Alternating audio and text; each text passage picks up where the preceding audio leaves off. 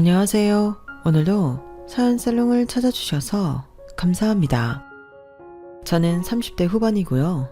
결혼 8년차 주부이자 작은 개인 사업을 하고 있는 기혼 여성입니다. 애석하게도 저희 부부는 아이가 없어요. 누구보다 아이를 원했던 저는 결혼한 첫 해부터 아이를 갖기 위해 많은 노력을 했었는데 이상하리만큼 잘 되지 않더라고요. 그래서 이건 뭔가 좀 이상하다 싶어 병원에 가서 검사를 했고 맙소사 제가 불임이라는 사실을 알게 되었죠. 그때는 남편한테 미안하고 세상이 다 무너지는 것 같았어요. 이런 말 부끄럽지만 아무리 불임 남녀가 많다고 해도 그게 제가 될 거라는 생각은 단 한 번도 해본 적이 없었거든요. 그런데 그 사람 중에 제가 속한다고 생각하니 현실을 인정할 수 없었는데요. 그때 제일 먼저 생각나는 사람이 바로 저희 시어머니셨어요. 저희 시어머니가 손주를 엄청 기다리고 계셨거든요. 그리고 아주버님이 계신데도 불구하고 장손만큼은 저희 남편에게서 얻고 싶다고 하셨는데요. 저는 제가 그 소원을 못 이뤄드릴 거라고 생각도 못했어요. 아니, 오히려 하나는 부족하니 손주, 손녀 셋은 안겨드리겠다 생각하고 있었는데 제가 불임이라는 사실을 안 그날부터 저는 시댁 가는 게 무서웠죠. 그런데 남편이 그런 제 마음을 알았는지 시어머니에게 자기가 불임이라고 거짓말을 하더라고요. 괜히 자기 엄마가 저를 애 못 낳는다고 잡았을까 우려한 것 같았는데 시어머니는 믿지 않으셨어요. 뭐라고? 네가 불임이라고? 어디서 개코 같은 소리를 해. 어느 병원에서 그런 헛소리를 했어. 내가 당장 가서 확인해 볼 거니까 병원 이름 딱 대. 엄마, 사람 창피하게 왜 이래. 나도 슬퍼. 나도 이 사람 볼 면목이 없어. 그런데 엄마까지 이러면 나는 어떡하라고. 형 있잖아. 형이 나오면 그 아이가 엄마 손주고 장손이지. 장남이 나왔는데. 뭐야? 너 내가 왜 이러는지 몰라? 너랑 네 형이 같냐고. 다를 게 뭐가 있어. 똑같이 엄마 배에서 나왔는데. 다르지. 머리도 다르고 사는 것도 다르고 처가도 다르잖아. 네 처가는 아파트도 떡 하고 사주고 하는 처가인데 네가 장손을 낳으면 네 처가에서 대학 공부니 뭐니 다 해주지 않겠어? 엄마 그것 때문에 이러는 거였어? 무슨 우리 처가에 돈 맡겨놨나? 그럴 일 없어. 애는 부모가 키우는 거지. 그것도 있는 부모가 할 말이야. 네 형이 뭐가 있니? 쥐뿔 아무것도 없는데. 엄마가 자꾸 그러니까 형이 더해. 어릴 때는 그렇게 장남 기죽는다고 나만 잡더니 왜 사람이 변해? 언제는 형만 편애한다고 뭐라 하더니 이젠 나더러 편했다고 지랄하네. 아무튼 나는 네가 불임인 건 못 믿어. 정 그러면 다른 병원에 가서 검사 다시 해. 그때는 나도 같이 가자. 됐어. 뭐 동네방네 나 불임이라고 소문낼 일 있어? 끝난 일에 괜히 힘 빼지 마. 우리 와이프한테도 뭐라고 하지 말고. 엄마 알겠어? 내가 부탁해. 이렇게 남편은 저한테 눈 한번 찡긋하더니 술술 능청스럽게 거짓말을 늘어놓았는데요. 그게 고맙기도 하고 미안하기도 했어요. 하지만 좀처럼 남의 말을 믿지 않는 시어머니는 그럴 리가 없다며 여전히 저에게 임신 잘 되게 하는 보약이며 미신 같은 걸 하라고 강요하셨는데 참 죽을 맛이었죠. 이렇게 해서 되림신이라면 수백 번, 아니 수천 번 했을 텐데 되지도 않은 일을 모른 척하려니 그게 너무 괴로웠어요.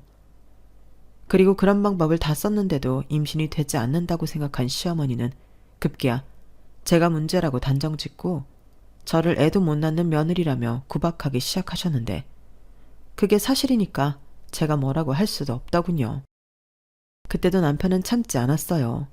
급기야 엄마 진짜 왜 이래? 사람이 이것도 안 돼? 왜 자꾸 이유도 없이 이 사람한테 뭐라고 하는 건데? 엄마 계속 이러면 나 이 사람 우리 집에 안 데리고 와.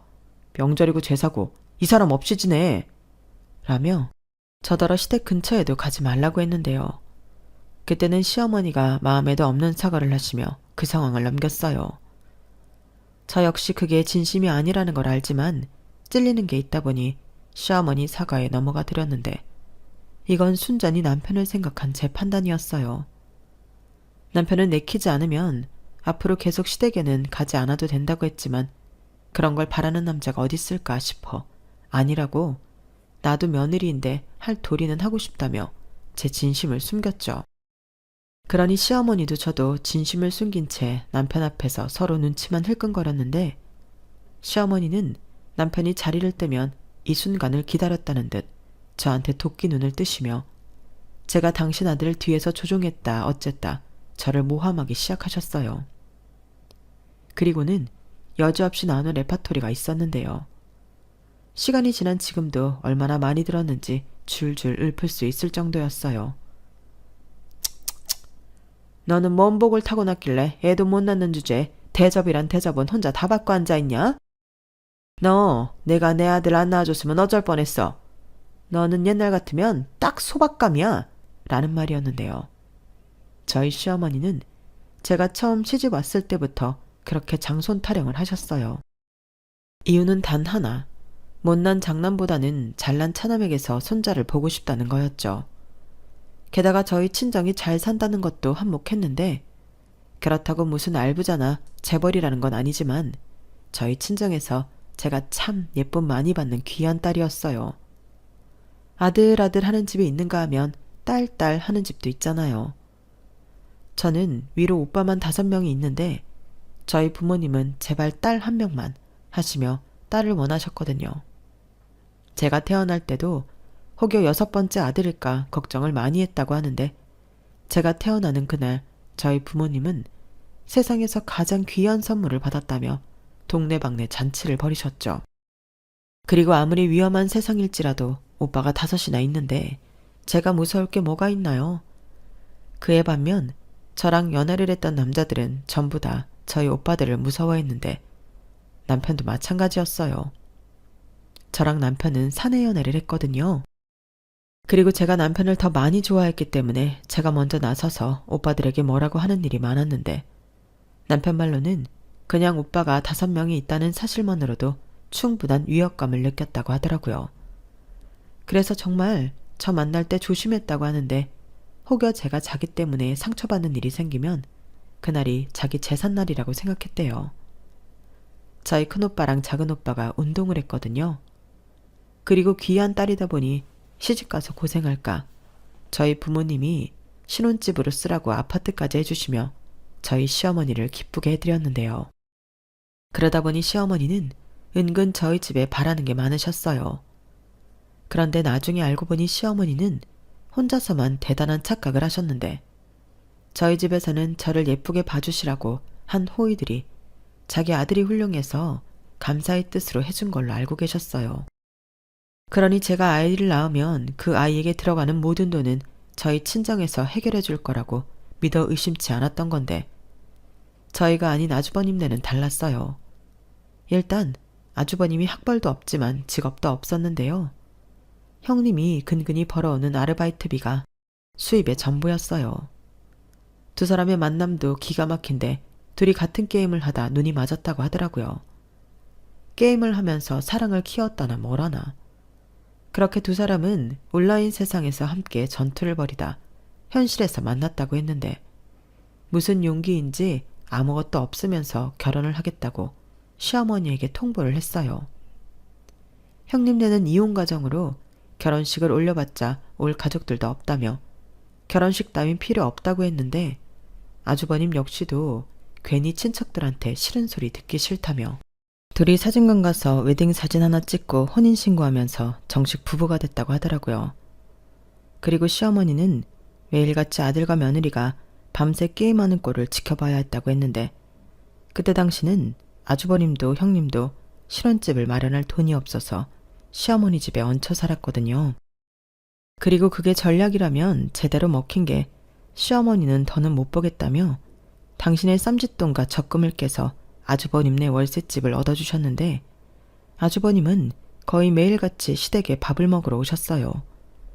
그때도 형님만 아르바이트를 하셨거든요. 그때까지는 그래도 그나마 형님이 성격이 좋은가 보다 생각했는데 사람 마음 다 똑같잖아요. 결국엔 형님도 폭발했죠. 그야말로 온라인 전투가 현실 전투가 되었다는데 사내 만에 가정법원 문턱까지 갔다가 어이없게도 형님이 임신을 하면서 상황이 뒤집어졌어요. 그렇게 꼴도 보기 싫다고 하면서 애는 또 어떻게 가진 건지 제 입장에서는 이해할 수도 없지만 부러운 부분이기도 했었죠. 저는 남편과도 사이가 좋고 삼신할머니가 주시기만 한다면 사랑으로 키울 자신이 있는데 어이없게 임신은 제가 아닌 형님이 하셨으니 제 마음은 씁쓸했어요. 하지만 저만 보면 애도 못 낳는다고 장손 타령을 하시는 시어머니를 생각하면 고마운 일이기도 했는데요. 당신 바람대로 저희 사이에서 태어나는 손주는 아니지만 그래도 그토록 바라는 손주를 갖게 되었으니 저에 대한 압박도 조금은 덜 하실 거라 희망을 가졌어요. 그리고 산부인과에서 주수가 되면 태아 성별을 알려주잖아요. 형님 뱃속의 아이가 아들이라는 걸 알았을 때는 제가 다 고마울 지경이었는데 어찌됐든 장손이 태어나게 되었으니 시어머니도 기뻐하실 거라 생각했죠. 물론 초음파 사진을 보며 아들이라는 걸 알았을 때 시어머니는 많이 기뻐하셨어요. 내리사랑이라고 하더니 아주버님은 한심하게 보셨지만 당신 손주는 또 기대감이 컸는데 그때도 더도 말고 덜도 말고 딱 작은아버지만 닮아라 무슨 주문을 외우다시피 하시더라고요. 그리고 제 예상과 달리 저에 대한 임신 압박은 더욱 심해지셨는데요. 저한테 그러셨어요. 너도 분발을 해야지. 네가 서열로는 아래지만 우리 집에 시집 온 건 네가 먼저잖아. 너도 봤으니 우리 집 애들은 문제가 없다. 문제가 있다면 그건 너일 거야. 10중 8구 너라고. 이렇게 말씀하시는데 정말 뜨끔해서 죽는 줄 알았다니까요. 시어머니 말처럼 문제가 저인 게 맞았으니까요. 하지만 저는 낭편의 담부대로 한마디도 하지 않았는데요. 지금도 이 정도인데 제가 불임이라는 걸 아시면 얼마나 더 저를 무시하고 구박하실까. 그때는 아무리 남편을 사랑해도 그냥 이혼하는 게 맞다고 생각할 정도로 무서웠어요. 그리고 한편으로는 두 아들이 이렇게 다를 수가 있을까. 남편만 돌연변이인 것 같아 신우한테 물어본 적도 있었는데요. 참고로 저희 시댁은 이남 일녀로 막내 신우이가 있었어요. 그리고 다행스럽게 신우는 저랑 꽤 죽이 잘 맞았는데 신우가 제 질문에 이렇게 대답해줬죠. 큰 오빠는 엄마 닮고 작은 오빠는 아빠 닮았어요. 그 둘을 반반 섞은 게 저예요. 삼신할머니가 참 공평하게도 나눠주셨죠. 이렇게 말해주는데 그제야 고개가 절로 끄덕여지더라고요. 그런데요. 보통은 나 닮은 자식이 더 애틋하다고 하던데 시어머니는 알면서 그러는 건지 모르고 그러는 건지 알 수 없지만 큰아들이 자기를 닮았다고 생각하지 않는 것 같았는데요. 오히려 저희 남편이 자기를 쏙 빼다 박았다며 늘 밖에서 둘째 아들만 자랑을 하고 다니셨어요. 저랑 남편이 만난 회사가 이름만 말하면 다 아는 대기업이었거든요. 남편은 지금도 같은 회사에 다니고 있고 저는 결혼하고 4년 만에 회사를 그만뒀어요. 남들은 대기업인데 왜 회사를 그만두냐고 말렸지만 아무리 대기업이라도 싫은 건 어쩔 수 없더라고요. 특히 제 잘못이 아닌데 책임 묻느냐며 싫은 소리를 들을 때는 수치심에 모욕감마저 들었는데 나중엔 원형 탈모까지 생겨 너무 힘들었어요. 그에 반면 남편은 회사 생활을 참 잘했는데 가까이서 보고 있으면 신기하기도 하고 또 부러웠죠. 그런 능력은 타고나는 건지 아니면 저도 모르는 다른 곳에서 배워오는 건지 신통방통했는데 사람마다 잘하는 건 다르다는 걸 그때 깨달았어요. 그리고 그즈음 남편도 제가 재미있어하고 또 하고 싶은 일을 찾는 건 어떻겠냐고 일단 회사를 그만두고 쉬면서 생각해보라고 저를 배려해줬는데 그땐 정말 저희 부모님보다 남편이 더 고마웠어요. 저희 부모님은 어떻게 들어간 회사인데 조금만 더 버텨봐. 어떻게 네 구매에만 맞는 사람이랑 일을 하니? 라며 돈을 떠나 저를 말렸는데 유일하게 남편만이 제 건강과 행복이 우선이라고 말해주는 사람이었죠. 처음부터 그랬어요. 괜찮냐고 수고했다고. 이런 말을 해주는 사람은 남편밖에 없었는데요. 예상하셨겠지만 제가 먼저 남편을 좋아해서 따라다녔어요. 하지만 남편은 그런 제가 부담스럽다며 피해 다녔는데 저희가 인연은 인연이었던 건지 결국에 남편이 저에게 넘어왔어요. 자기도 여동생이 있지만 저는 뭔가 물가에 내놓은 애 같아서 계속 신경이 쓰인다고 했는데 그게 사랑이었던 거죠. 그리고 처음 시어머니에게 인사를 갔을 땐 그야말로 시어머니에게 제가 굴러온 복덩이였는데 모든 것이 다 마음에 든다고 그렇게 저를 예뻐하셨어요. 그러다 제가 계속해서 아이를 갖지 못하고 또 남편이 자기가 불임이라는 등 이상한 소리를 하니 점차 저를 미워하기 시작하셨는데 무슨 정신승리인지는 모르겠으나 자기 아들이 잘나 제가 결혼한 거니 자기가 함부로 해도 저랑 저희 친정이 어찌할 수 없을 거라고 굳건히 믿는 것 같았죠. 그래서 한 번씩 속이 뒤집어질 때는 보란듯이 그 믿음을 깨뜨리고 싶었는데요. 그때도 번번이 남편 때문에 그러지 못했어요. 저희 남편은 제가 아무리 그냥 해보는 소리라고 해도 이혼 얘기를 하면 정말 이혼을 하고도 남을 사람이었거든요. 그 정도로 결혼과 이혼은 책임이 따른다고 생각하는 사람이었는데 제가 이혼을 생각할 정도로 힘들어한다는 걸 안다면 저에게 회사를 그만두라고 한 것처럼 이혼하자고 할 것이 분명했어요. 자기가 저를 힘들게 한다고 생각할 테니까요. 그렇기 때문에 시어머니 때문에 이혼할 생각이 들 때도 겨우겨우 참고 넘겼는데 막상 조카가 태어나고 돈 들어가는 일이 왕왕 터지자 형님이 저에게 돈 부탁을 하기 시작하셨어요. 집안의 장손이니 작은 엄마인 저도 같이 책임을 지는 게 맞다고 하더군요. 물론 조카니까 돈을 빌려주는 건 크게 어려운 일이 아니었는데 이게 무슨 돈 맡겨놓은 사람들처럼 걸핏하면 돈 얘기를 하니 저도 형님의 전화를 점점 피하게 되더라고요. 그리고 저희 집에 오는 날이면 동서는 좋겠다. 이런 아파트에서 편하게 살고. 근데 두 사람이 살기엔 집이 너무 크지 않아? 여기 보니까 애 키우기 정말 좋겠던데. 동서는 애도 없고 우리 준이 살면 딱인데. 이런 소리까지 하니 솔직히 너무 불편했어요. 그리고 그건 남편도 마찬가지였는지 그런 소리 할 거면 다음부터는 저희 집이 아닌 다른 곳에서 만나자고 확실히 선을 그었는데 형님이 민망했는지 얼굴이 새빨개지시더라고요. 그런데 아주버님은 관심도 없는지 연신 핸드폰 게임만 하고 있었는데 아주버님은 분명 게임 중독에 걸린 게 맞는 것 같았죠. 그러니까 이혼은 제가 아니라 형님이 더 하고 싶은 것 같았는데 조카 때문인지 헤어지지 않고 사는 게 용해 보이더라고요. 그러다 제가 집에서 계속 놀기만 할 수 없어 사업 아이템을 몇 가지 구상하게 되었는데 그 중에 하나가 웰빙 음식이었어요. 제가 아토피도 있고 체질도 좀 특이해서 식단을 하지 않으면 몸속부터 피부까지 난리가 났는데 먹는 게 제일 중요하더라고요. 그런데 건강한 음식은 또 맛이 별로 없고 건강을 위해 맛을 포기해야 한다는 건 너무 가혹해서 평소에도 건강하고 맛있는 레시피를 혼자 연구했어요. 그때는 제가 이걸 팔게 될 줄은 몰랐는데 다이어트에 관심 있는 사람들도 많고 건강에 대한 인식이 높다 보니 이건 꼭 될 것 같았어요.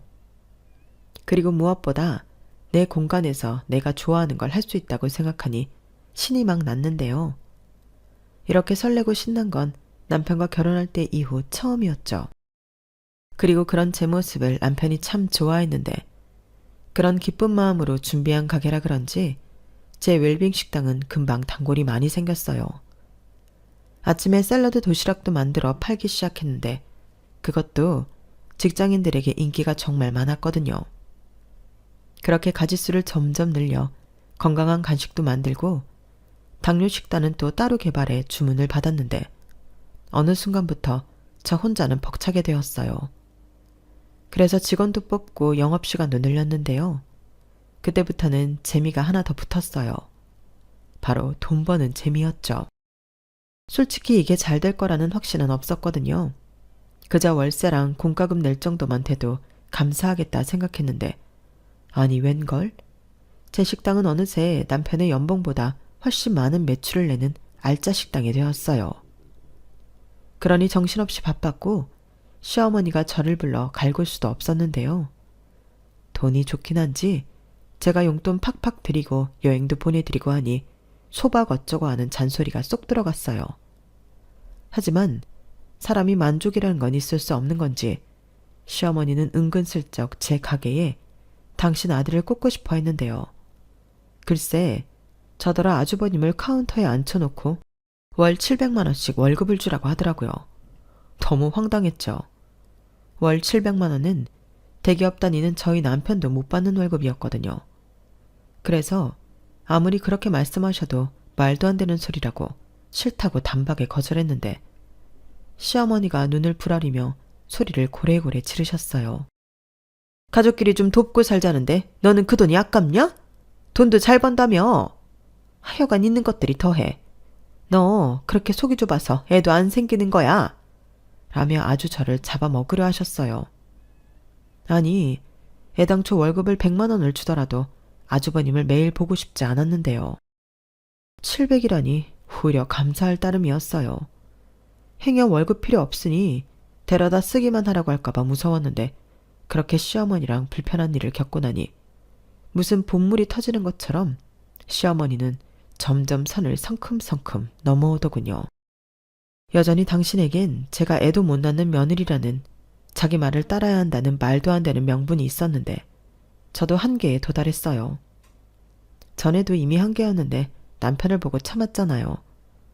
그런데 이젠 그런 남편의 약발도 먹히지 않았는데 이런 이유에는 시어머니의 횡포가 있었어요. 자기 아들 월급 주기 싫으면 매달 700만 원씩 용돈을 주라는데 제가 미쳤냐고요. 급기야 자기 장손 잘 키워야 하니 애 양육비며 교육비를 저더러 부담하라 하는데 너무 짜증났어요. 엄마 진짜 왜 이래? 이 사람이 봉이야? 이 사람이 엄마 비상금이야? 왜 자꾸 사람 쪽팔리게 왜 이래? 네가 왜 쪽팔려? 걔는 우리한테 평생 죄인이야. 왜 죄인이야? 내 와이프가 왜 죄인이야? 애 못 낳아서? 그거 내가 문제 있는 거라고 했잖아. 귀신을 속여라. 네가 무슨 문제가 있어? 문제는 네 처야. 저 심보 좀 봐라. 나 같으면 돈 잘 벌 때 식구들 먼저 챙겨. 아니, 지 아주버님 집에서 놀고 있는 거 뻔히 알면서 먼저 얘기해야 하는 거 아니야? 근데 네 처는 그 돈이 아깝단다. 네 형? 지금 힘들어. 애는 크지 돈은 더 필요하지. 나는 이제 낳을 것도 없어. 그러면 지가 챙겨야지. 그게 아깝냐? 식구 챙기는 돈인데? 아깝지? 그럼 안 아까워? 그리고 엄마, 큰아들 왜 상관없는 내 와이프한테 도와달라고 해? 나는 내 와이프가 너무 아까워. 그 가게 한다고 얼마나 고생하는 줄 알아? 그래도 재미있다고 신나서 해. 모처럼 자기 즐거운 일 찾아서 열심히 하는데 왜 엄마가 초를 쳐? 장인 장모님 알면, 아니 형님들 알면 나 죽어. 그런 소리 하지 마. 네가 뭐가 아쉬워서. 그 사람들 결국엔 너 보고 다 해준 거야. 아파트며 이것저것 네가 잘나서 알아서 해준 거라고. 내 잘난 새낀데 지들이 안 그러고 배겨? 그 집도 잘났어. 나만큼 유명한 대학 나왔고 우리 같은 회사에 만난 거 잊었어? 그렇게 따지면 내가 쪽팔리지. 나는 해준 것도 없잖아. 그런데 엄마는 해준 것도 없으면서 구박만 하고. 나 평생 내 와이프가 이혼하자고 할까봐 벌벌 떨면서 살았어, 엄마 때문에. 뭐야? 너 지금 그게 엄마한테 할 소리야? 또 네 처가 뒤에서 조종했냐? 했네, 했어. 엄마 좀! 진짜 나 창피하게 계속 이럴 거야? 형한테 전해. 형 처자식은 형이 알아서 하라고. 엄마한테 빌붙지 말고. 어린 재수 씨한테 빨대 꽂을 생각하지 말고 나가서 막노동을 하든 대리운전을 하든 제발 좀 지 힘으로 살라고 하라고. 이게 진짜 이쁘다니까 도를 넘네. 야, 너는 네 처가 네 형보다 위냐? 위지. 내 식구는 내 와이프뿐이지. 그걸 아직도 몰랐어? 나 장가갈 때 엄마한테서 나왔다고. 근데 왜 자꾸 아들 가진 유세 떨어? 네가 그러니까 내가 쟤가 더 싫어. 나는 쟤가 왜 좋아? 부잣집 딸이라 좋니? 결국엔 너도 돈 때문이네. 그래, 그렇다고 쳐. 그러니까 내 식구 더 건드리지 마. 그래, 애도 못 낳는 아들 내외 나도 필요 없다. 내 제사 지내줄 자손은 우리 장손밖에 없지. 그날 남편과 시어머니는 제가 본 것 중 가장 오래 또 큰 소리를 내며 싸웠어요. 그리고 시어머니는 마치 다시는 보지 않을 것처럼 가셨는데 웬걸 바로 다음 날 형님이랑 조카를 대동해 저희 집에 가신다며 저더러 당장 집으로 오라고 하셨어요. 그 시간이면 제가 분명 바쁘게 일할 걸 다 아실 텐데 그런 건 안중에도 없으신 듯 무조건 튀어오라고만 하시더라고요. 그러면서 제가 오지 않을까봐 너 안 오면 내가 네 가게 가서 깽판 칠 거야. 너 내가 못할 것 같냐? 이렇게 야무지게 협박까지 하셨는데요. 아무래도 이건 제가 이혼하지 않으면 도저히 끝나지 않을 것 같았죠. 그렇게 저는 가게를 직원에게 맡기고 씩씩거리며 집에 갔어요. 그러자 시어머니는 이민이라도 가시는 건지 큰 가방을 많이도 싸우셨는데요. 그러고는 대뜸 저희 사는 아파트를 내놓으라 하셨어요. 그리고 곧이어 당신 장손이 우리 아파트에서 살아야겠다고 억지를 부리기 시작하시더라고요. 아니, 저희 친정에서 해준 아파트를 왜 상관도 없는 아주버님네가 사냐고 제가 어이가 없어 따졌는데 제가 이렇게 나올 거라는 걸 미리 예상이나 했다는 듯 시어머니와 형님은 눈 하나 깜짝하지 않더군요. 역시나 그놈의 레파토리가 튀어나왔어요. 저 역시 저런 억지를 부리는 데에는 그 명분밖에 없다고 생각했거든요. 우리 맏며느리가 그러는데 이 동네가 그 뭐냐 애 공부시키는데 딱이라며 학군이라고 했냐? 네 어머니 우리 장손 잘 되려면 이런 동네에서 살아야 해요. 내 장손인데 까짓것 이 동네에 살면 되지. 너 들었지? 그러니까 니들은 애들 살던 월세집으로 옮겨. 애도 못 낳는 게 지가 무슨 아파트에 살아. 지금 두 분 이게 순 억지라는 건 알고 계시죠? 이 집 명의 저희 아빠예요. 저희 아빠랑 그 잘난 장손이랑 무슨 관계가 있다고 이렇게 막무가내로 밀고 들어오세요? 그럼 뭐 제가 네 그러세요 할 줄 아셨어요? 저기 기가 살았네. 돈 좀 벌더니 기가 살았어. 그래 이 집 명의가 네 아빠지. 근데 넌 내 며느리잖아. 그것도 소박 나야 하는 애도 못 낳는 며느리인데 이 아파트 넘겨야지. 넘겨야지. 동서, 내가 뭐 아주 눌러 앉겠다는 건 아니고 우리 아들 대학 졸업할 때까지만. 내가 아무리 머리를 굴려도 이 동네 입성하기가 힘이 들어서 그래. 집값이 좀 비싸? 형님은 자존심도 없어요? 아니, 뺏을 수 있는 걸 노려야죠. 어머님이 이런다고 형님도 같이 그래요? 막말로 그 애가 제 아들이냐고요. 형님 아들, 형님이랑 아주버님 능력으로 키워야죠. 동서 정말 너무한다. 우리 형편 모르는 거 아니잖아. 그렇다고 매달 우리한테 돈을 주겠다는 것도 아니고. 동서가 애가 없어서 그러는데 애 키우는데 집이며 동네며 정말 중요해. 동서는 우리 아들이 빌라거지 월세거지 그런 말 들었으면 좋겠어? 그리고 어릴 때 친구 평생 간다고. 이런 고급진 동네에서 친구를 사귀어야 노는 물이 달라지는 거지. 물이고 나발이고 더 상대하기 싫으니까 나가세요. 나가긴 누가 나가? 나갈 사람은 너지. 또 쪼르르 네 남편한테 일러라. 그렇다고 내가 까딱이라도 할 성 싶냐? 근데 너 뭐하니? 가져온 짐 풀어. 작은 애 너도 가만히 있지 말고 짐 싸. 그래도 얘네 사는 빌라가 영 나쁘진 않다. 필로티? 뭐 그런 주차장도 있어. 막말로 돈 달라는 것보다는 집 달라는 게 낫잖아. 아주 달라는 것도 아닌데. 정말 해도 너무하시네요. 이건 뭐 칼만 안 들었지 날강도잖아요. 아니 도대체 저한테 왜 그러세요? 제가 애를 못 낳아서요? 그래요. 그럼 제가 그냥 이 집 며느리 안 할게요. 그럼 된 거죠? 그럼 이 집이랑 두 분 다, 아니 그 꼬맹이까지 아무 상관없는 남이에요. 지금 남이 남의 집에 짐 풀려고 하시는 거라고요. 이게 무슨 뜻인지 이해가 가지 않으세요? 가택 침입. 저 경찰에 신고합니다. 해라 해. 네가 이혼을 해? 내 아들을 두고? 퍽이나. 저는 시어머니의 콧방귀에 그만 뚜껑이 열리고 말았어요. 그래서 112에 전화하고 남편한테도 전화해 이혼 통보 바로 했는데요. 그리고 뒤이어 친정에도 전화를 돌렸어요. 아무래도 제가 좀 쪽수가 밀리는 것 같아서요. 그러니 경찰이 맨 처음 도착하고 곧이어 저희 친정 식구들이 도착했는데요.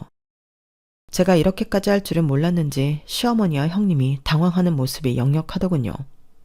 그리고 가장 늦게 남편이 도착했는데 솔직히 제가 이미 판을 다 깔아놔서 남편이 나설 틈이 없었어요. 저는 그때 정말로 이혼 아니면 답도 없다고 생각했거든요. 그러자 시어머니는 제가 돈을 벌더니 남자가 생긴 것 같다고 저를 모함하기 시작했는데 저희 아빠가 그게 무슨 말도 안 되는 소리냐고 큰 소리를 내셨어요. 사돈, 제가 정말 이런 말까지 하지 않으려고 했는데 제가 이 꼴 보자고 딸 결혼시켰겠습니까?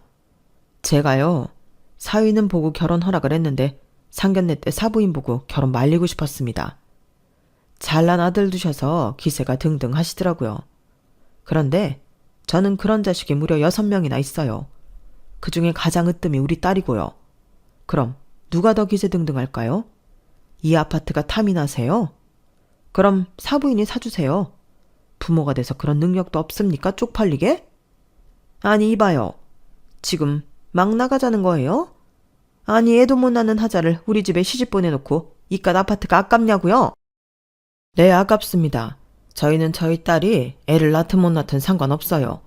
우리 딸이 제일 귀한데 그딴 게 무슨 상관입니까? 당장 제 아파트에서 나가세요. 경찰분들, 이런 일로 여기까지 오시게 해서 죄송하지만 저 사람들 우리랑 아무 상관없는 사람들입니다. 데리고 가주세요. 사돈, 얘들 아직 부부예요? 이혼한 게 아니란 말입니다. 상관이 왜 없어요? 엄마, 제발 좀. 장인어른 장모님, 정말 죄송합니다. 제가 면목이 없어요.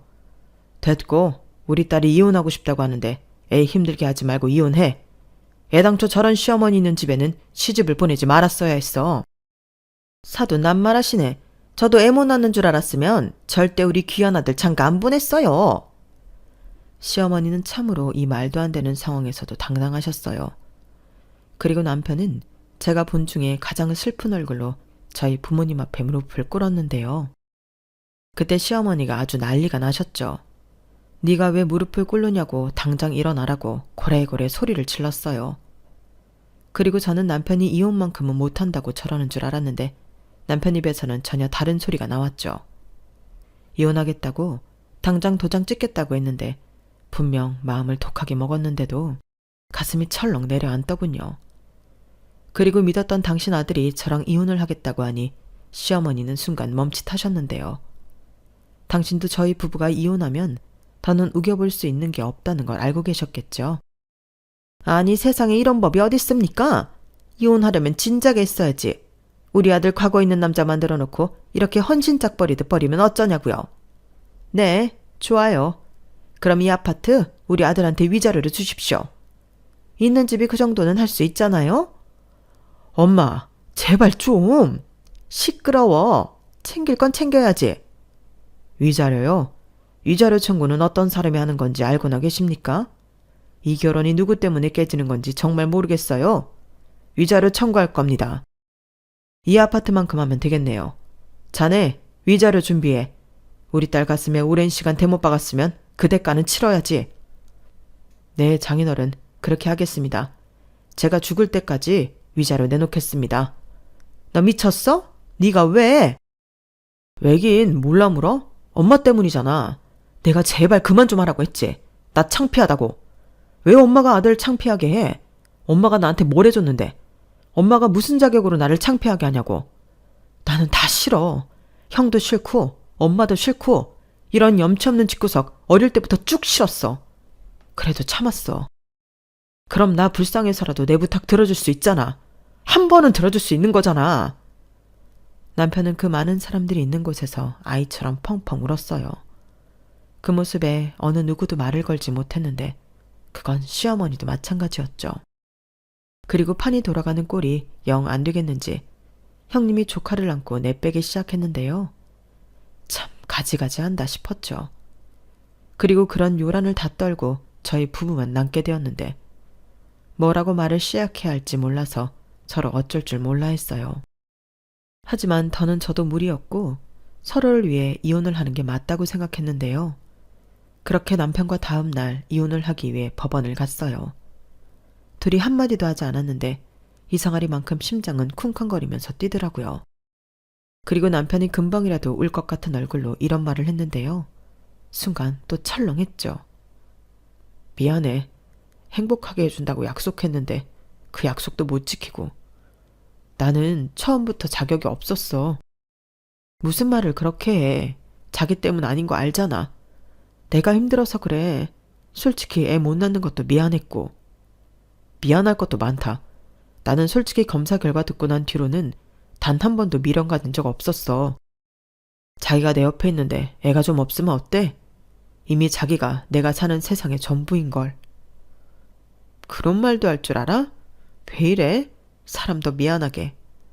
그러지 말고 자기 정말 괜찮은 사람이니까 좋은 여자 만나서 재혼해. 자기 닮은 예쁜 애기도 낳고. 됐어. 그냥 나는 평생 자기한테 미안해하면서 살 거야. 얼마나 못났으면 자기 식구도 못 지키냐? 또 그런다. 왜 그래? 나 불편하게 하려고 일부러 그래? 내 마음이 그래서 그래.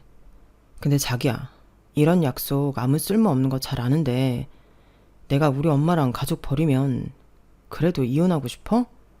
가족을 어떻게 버려? 그게 버린다고 버려지나?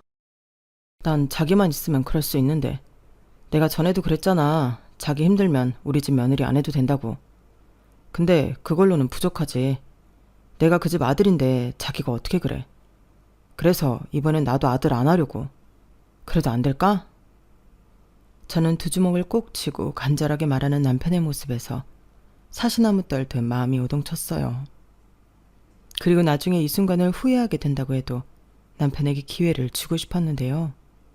대신에 남편 말대로 더 이상 시댁은 없다고 생각하고 살고 싶었어요. 그래서 그 약속을 지킬 수 있다면 나도 헤어지고 싶지 않고 제 마음을 고백했는데 그렇게 저희는 법원 앞에서 다시 손을 붙잡고 함께하기로 했죠. 그리고 남편은 우리 사는 아파트는 다시 장인에게 넘기고 혹여라도 자기 엄마가 쳐들어오지 못하게 친정에 들어가 살자고 했는데요. 자기가 대리사이가 되겠다고 했어요. 저는 그 정도까지 바란 건 절대 아니었거든요. 그런데 남편은 자기가 그러길 원한다며 제가 자기 엄마 때문에 힘들었던 만큼 저희 친정에도 그 이상 잘해드리고 싶다고 했는데 저희 엄마가 저희 남편 손을 붙잡고 고맙다고 하더군요. 아빠도 별 말을 하지 않으셨지만 남편이 좋아하는 반찬이 있으면 남편 앞으로 몰아주고 어디서 몸에 좋다고 하는 게 있으면 사와서 남편 앞에 쓱 밀어놓는데 거기에서 저희 아빠의 마음이 고스란히 느껴졌어요. 아들이 무려 5이나 있는데 저희 남편이 6째 아들이 된 것 같더라고요. 그리고 저는 몸도 마음도 편하게 지내게 되었는데요. 정말 뭐예요? 당연히 좋았죠. 처음엔 둘만 살다 다시 친정에 들어가는 거니 제가 더 불편할 것만 같았거든요. 근데 아니었어요. 걱정했는데 남편도 너무 잘 지내고요. 그리고 또 한 사람 신경 쓰이는 사람이 있었으니 당연히 시어머니였는데요. 법원 앞에서 유턴하고 돌아왔을 때 남편은 제가 보는 앞에서 자기 엄마에게 전화를 걸었어요. 그리고 자기는 도저히 저랑 헤어질 수 없어 처가의 대리사이로 들어가기로 결심했다고 통보했어요. 시어머니는 말도 안 되는 소리 하지 말라며 네가 뭐가 아쉬워 그 집 대리사위를 하냐고. 절대 안 된다고. 만약 그러면 혀 깨물고 죽어버리겠다고 광분하셨는데 남편은 눈 하나 깜짝하지 않았어요. 그리고 더 완강한 태도로 이렇게 말했는데요. 솔직히 그때는 저도 깜짝 놀랐어요. 평생 둘째 아들은 없다고 생각해. 다 엄마가 자초한 일이니까 싫어도 받아들이고. 나 그동안 엄마한테 기회 많이 줬어. 근데 내가 엄마 때문에 사랑하는 사람 놓치고 어떻게 살아? 나는 도저히 그렇게는 못 살겠더라. 말했잖아. 내 식구는 이제 엄마 아니고 내 와이프라고. 그러니까 나는 애를 낳든 못 낳든 평생 내 와이프 책임지고 살 거야. 엄마도 내가 이혼하고 폐인처럼 사는 거 원하지 않잖아. 형도 모자라서 나까지 책임지고 살 수 있어? 나는 이혼하면 회사도 그만두고 집에 처박혀서 엄마만 들들 볶을 건데. 그것보다는 낫지. 안 그래? 우리 이제 제발 각자 알아서 잘 살자. 뭐라고? 이놈의 새끼. 너 도대체 왜 이래? 내가 너 없이 어떻게 살아? 넌 내 자랑이고 사는 셈인데 네가 어떻게 나한테 이럴 수가 있어? 그년이 그렇게 좋냐? 아니지. 또 그년이 뒤에서 바람 넣지? 해도 못 낳는 년이? 시어머니는 광분한 나머지 전에는 쓰지 않았던 욕을 하시며 제 험담을 하기 시작했어요. 그러자 남편은 자기 엄마 말이 이어지는데도 뚝 전화를 끊어버렸는데요. 한숨을 길게 쉬더라고요. 저한테 확실히 보여주고 싶어 차에서 스피커폰으로 전화를 했는데 욕까지 듣게 만들었으니 미안하다고 했죠. 하지만 이게 마지막이라고 자기는 핸드폰 번호도 바꿀 거라고 했는데요. 남편은 한다고 하면 하는 사람이었어요. 마음 같아서는 회사도 옮기고 싶다 했는데 솔직히 그건 너무 아까워서 제가 말렸죠. 저는 맞지 않았던 회사지만 남편은 아니었으니까요. 그리하여 회사만 남겨두고 저희 사는 곳 핸드폰 번호 이런 걸 싹 다 바꿨어요. 그러니 그 동네에서 들리는 소문에 시어머니가 거의 미치기 일보 직전이라며 사람들이 수군거린다고 했는데 저도 당한 게 많다 보니 속이 시원하더라고요. 그리고 제 가게도 친정 근처로 옮기게 되었는데 감사하게도 단골들은 거리가 제법 멀어졌음에도 불구하고 여전히 저희 가게에 오셨어요. 또 새로운 동네에 이사 온 만큼 새 단골도 생겼죠. 그리하여 제가 좋아하는 일로 저는 여전히 돈을 제법 벌고 있는데 그 돈으로 친정 부모님 용돈도 드리고 효도도 하고 사니 너무 뿌듯하고 기분이 좋았어요. 저희 부모님도 언제 막둥이가 이렇게 커서 효도를 다 한다고 좋아하셨죠. 그렇게 저희 부부와 친정 부모님은 지금까지도 행복에 겨워 살고 있는데요. 가끔 시어머니가 우려했던 대로 남편 회사에 찾아가는 모양인데 남편은 저랑 한 약속을 아주 잘 지키고 있는 모양이었어요. 그렇게 시어머니는 당신이 가장 사랑하는 아들에게 버림받게 되었고 아이러니하게도 진짜 이혼은 저희 부부가 아닌 아주버님 내외가 하게 되었는데요. 솔직히 저는 놀랍지도 않았어요. 왜 아니겠어요? 꿈에 바라던 아파트도 날아가고 아주버님은 정신을 못 차리니 형님이 이혼서리와 그 잘난 장손 아들만 두고 혼자서만 야반도주했다 하더라고요. 그래서 이번에는 남편을 찾아가 저더러 그 잘난 장손 키우며 행복하게 살자고 했다는데 정말 기도 안 차는 거 있죠. 그 말 듣고 너무 어이가 없어서 헛웃음까지 나왔어요. 이건 저를 생각해주는 척했지만 당신이 손주 키우기 벅차니까 저한테 떠넘기는 거잖아요. 그래놓고 장손 타령은 그렇게 하셨나? 저는 만약 남편이 마음을 바꿔 다시 어머니와 왕래하고 살아야 한다면 그때는 정말 이혼할 생각입니다. 아마 그건 남편도 너무 잘 알고 있을 거예요. 사람이 상처를 받으면 어쩔 수 없이 그렇게 되더라고요. 무슨 트라우마처럼 제가 죽는 날까지 시어머니만큼은 보고 싶지 않은 마음인데 뿌린 대로 거둔다고 저는 받은 것이 없기에 드릴 것도 없죠. 아, 아니다. 받은 게 있긴 하네요. 바로 모진 구박이랄까요? 근데 차마 제가 사랑하는 사람의 엄마를 구박할 수는 없으니 그냥 이대로 평생 안 보고 사는 걸로 만족하려 합니다. 그리고 저 역시 제 인생에 귀여운 아이는 없어도 남편이 있어 제 마음 가득 꽉 차게 행복하기만 한데 기회가 된다면 신중하게 아이를 입양해 키울 생각이에요. 입양은 가슴으로 아이를 낳는 거라고 하던데 좀 더 보다 나은 어른이 된 후에 부모가 되어 볼 생각입니다. 그러기 위해서 나름의 준비를 잘 해보려고요. 저 역시 시어머니 같은 부모는 절대 되고 싶지 않거든요. 그래서 언젠가 저희도 가족이 늘어난다면 저희 남편의 인품을 꼭 닮았으면 좋겠는데 남편이 있어 저는 오늘도 행복한 사람입니다. 암만 능력 있고 잘나면 뭐하나요? 이렇게 자기 식구를 챙길 줄 아는 남자가 제일이죠. 그러니 앞으로도 계속 사랑받고 사랑주는 부부로 지냈으면 하는데 저희가 끝까지 싸우지 않고 백년해로 할 수 있도록 많은 응원 부탁드려요. 그리고 끝으로 이 자리를 빌어 시어머니에게 하고 싶은 말이 있는데요. 어머니, 그렇게 살지 마세요. 남의 가슴에 대못 박으시면 어머니 가슴에는 말뚝이 박힙니다. 이 말은 꼭 하고 싶네요. 이상 제 사연은 여기까지예요. 지금까지 제 사연 들어주신 모든 분들이 앞으로는 매일 즐겁고 웃는 날 되시길 바라며 다음에는 행복한 가족 사연으로 인사드리도록 하겠습니다. 그럼 그때까지 건강하시고 행복하세요. 감사합니다. 여러분, 사연 댓글에 응원과 현명한 조언 부탁드려요. 좋아요, 구독은 저에게 큰 힘이 됩니다. 오늘도 좋은 일 가득하세요.